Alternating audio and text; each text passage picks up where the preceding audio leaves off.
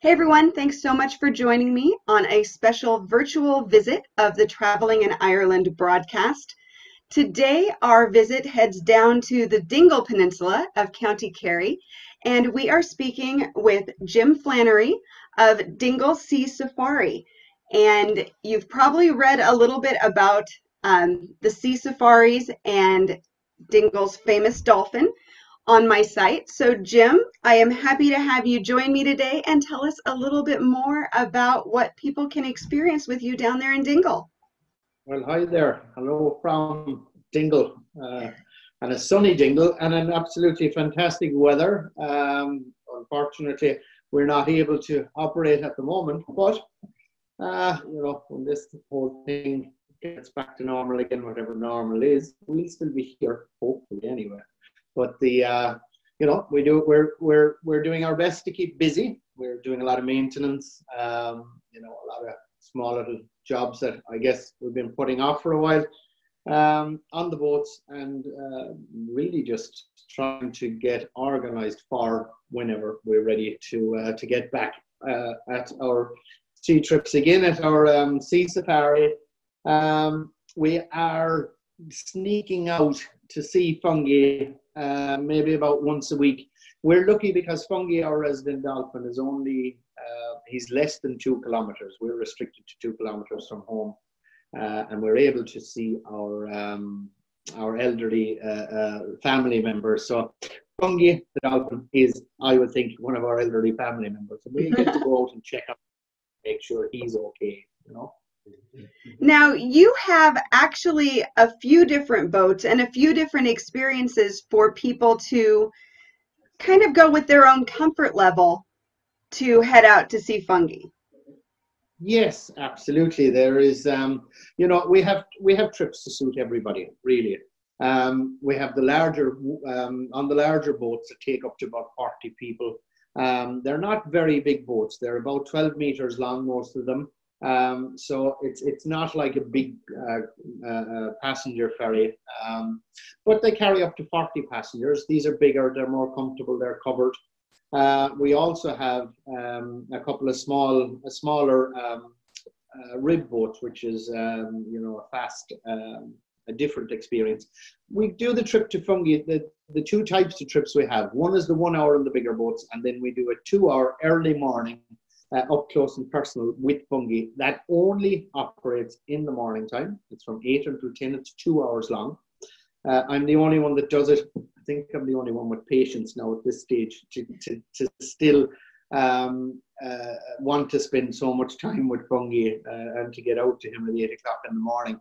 But that's a whole different experience. It's absolutely wonderful to get out there in the morning when there's nobody else around. It's a lot more personal. It's only a maximum of 12 people, and a lot of the time it's a maximum of 10 people. So you can hire that boat privately, or you can go with other people and join that tour. Or then, like I said, the 1 hour tour. And that's the Fungi tours, our resident dolphin tours. Mm-hmm. And I've had the experience of both of those. It's been quite a few years since we did the regular boat tour, and it's always exciting to see Fungi kind of chasing the ship or the boat. But a couple of years ago, I hopped on the rib first thing in the morning, and that is exhilarating. Yeah, it's a completely different experience. It's, I guess, you have the speed for a start. Plus, you're close to the water. It's absolutely. I love it. Like I said, I'm the only one still doing it. I'm over 30 years taking people out to see Fungi. I started taking people out full time in 1989. But the first people I brought out to see Fungi was in 1987. I find in the smaller boat, in the rib, you just get closer. It's more personal. It's a quicker trip. It's more exhilarating. Not for the faint-hearted, maybe, but we wrap you up well. We give you wet gear, warm clothes. So, check it out. Our TripAdvisor, I guess, it kind of speaks for itself. It is more personal, and, people do. We've never had anybody that didn't enjoy that. It there's at the kind of at the end, because you're not sticking just to the bay like you do in the main boat. You are going out a bit. You know, you're jumping a few waves when you get the horsepower up, and you're getting closer to the sea cliffs. So Yeah, I mean, like in that tour, we give you, we also do a full sea safari, which goes back around the Blasket Islands. And on that tour, there's a lot more chance of coming across more sea life. But on the up close and personal tour in the mornings with Fungi, we give you a taste of what the whole sea safari is about. And I know you've done this the up close with me. And it, you know, it does give you a taste of, we tell you a little bit of history, a little bit about the geology, try not to bore people too much. And then, you know, the amount of people that do the up close, and then because of going outside the harbor and they see the scenery and they see the you know, it gives you a better idea of what the boat is like. And then we get people saying, yeah, I want to do the whole sea safari. And we get people that do both. They do the up close with Fungi because they want to get close to Fungi. And then when they get a taste of the scenery, the beautiful scenery, there's so much history, so much geology in the whole place. We get so many people that just do the, most of the people that do the up close do the sea safari afterwards. So let's talk first. For those who might not know what we're talking about when we talk about fungi, can you give a little bit of a background of fungi? Sure. Fungi is a wild Atlantic bottlenose dolphin that decided in 1983 to make his home here in Dingle. Dingle Bay is, or Dingle Harbour itself is a sheltered harbour with only one entrance. And Fungi decided way back then to make his home at the entrance of the harbour. And ever since then, he has never left. He's still totally wild. He still feeds himself. He will not take food. And the only reason that Fungi stays where he is because he wants to. If he didn't, he'd leave. Experts tell us he's enjoying what he does. If he didn't, you know, he would leave. There's nothing stopping him. He's gone down, he's in the Guinness Book of Records for the longest solitary dolphin ever to stay in any one area of all times in the world. And I guess we're a little bit unique with Fungi is that on our tours, on our up close tour and on our normal 1 hour tour, we guarantee that you're going to see Fungi. You don't see Fungi, you don't pay, or you get your money back. It's as simple as that. And that's very, very unique in the world. So, you know, it's very rare that we don't get to see him. And it is true. There's, you know, sometimes he plays a little shy, it seems like, and you're like, am I gonna see the dolphin? And then he just pops up out of nowhere, and then he plays.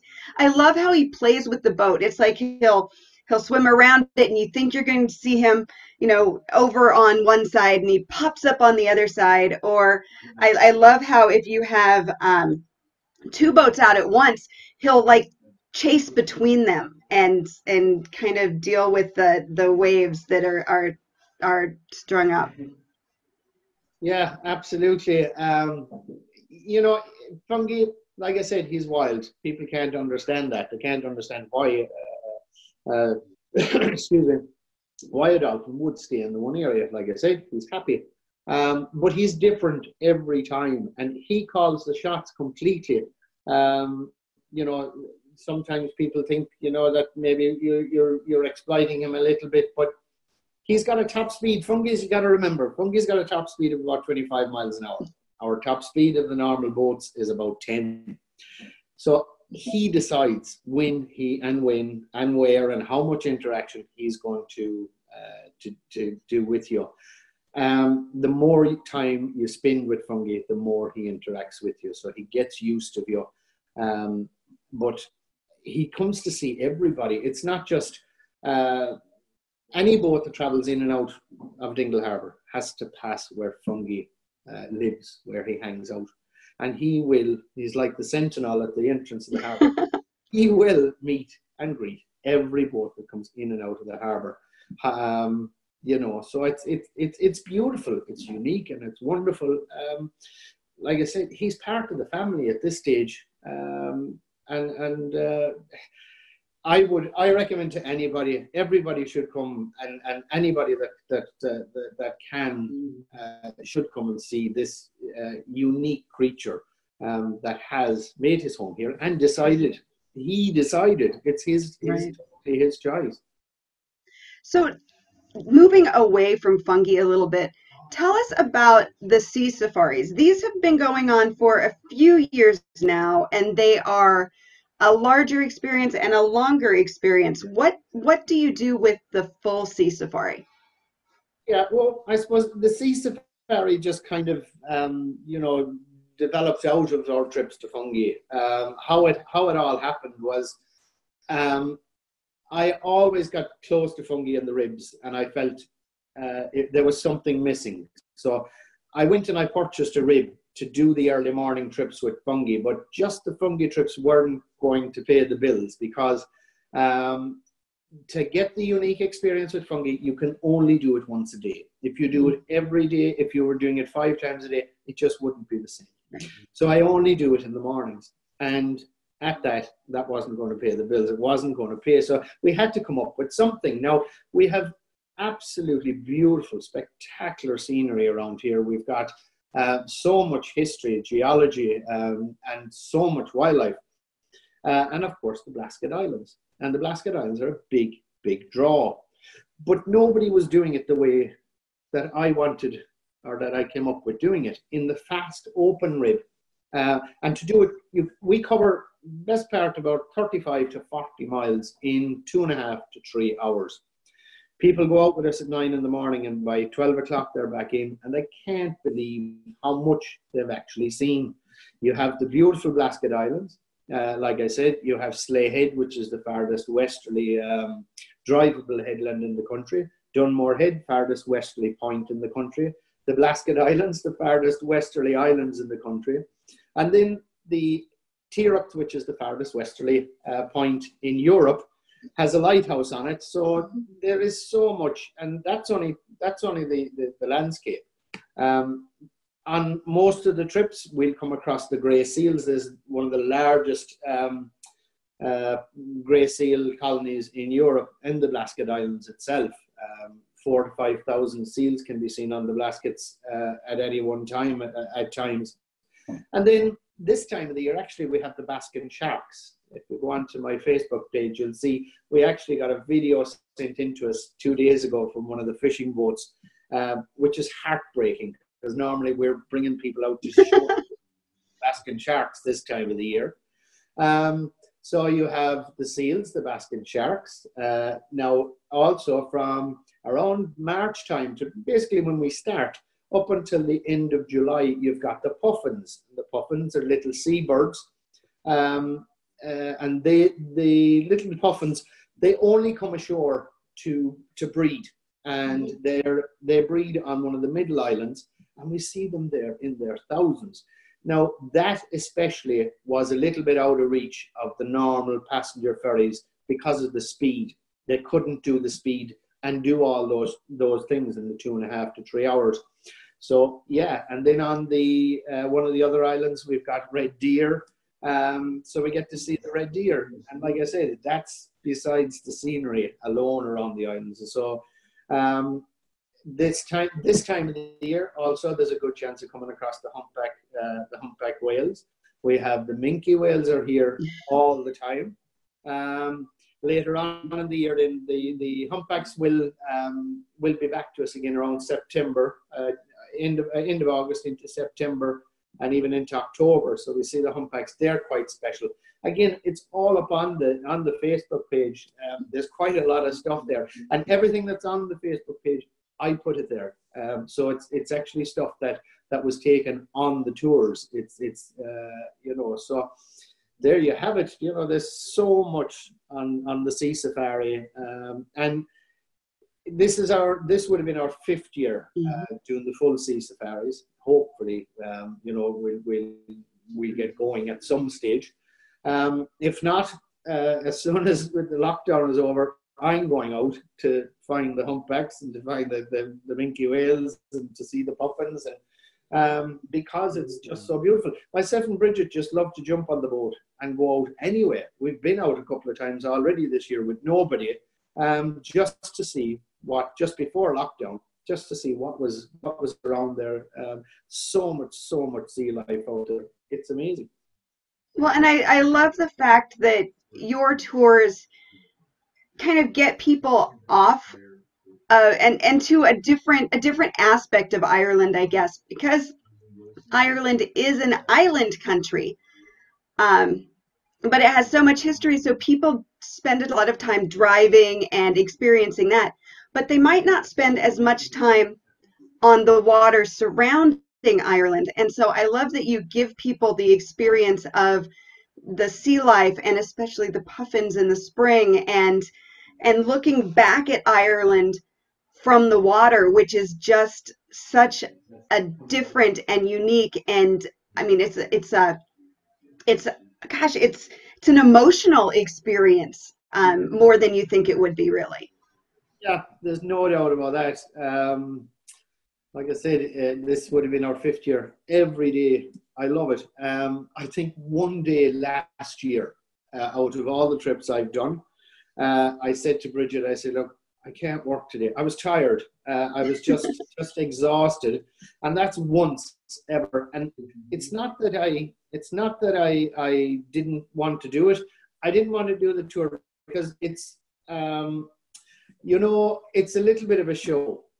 Mm-hmm. I have to give it my all. I tell everybody about the scenery, the geology, the history, all that.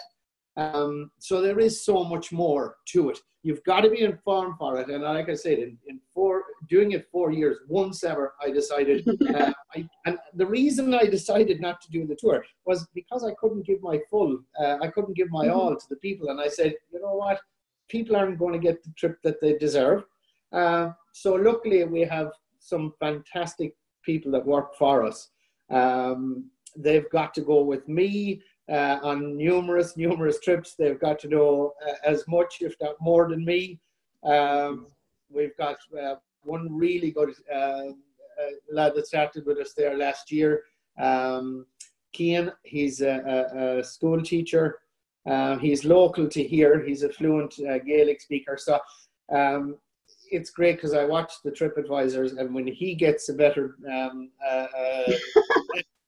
a better review than I do, I know I'm doing something right, or we're all doing something right, So yeah, it's unique, it's different, it's exhilarating because of the speed of the boat. The boat is opened, the boat doesn't hide anything. You can look at the boats and you can go, okay, yeah, that's what I want to do.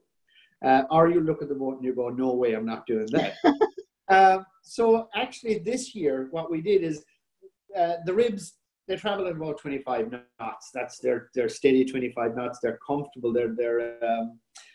Regardless, they're comfortable. But we've always had open ribs. The ribs open all the way around. But this year, we decided to buy one, not fully enclosed, but a wraparound console. The roof comes off. It's more comfort for somebody that isn't quite up for the total roller coaster ride, but still wants to go and see everything that this sea safari is.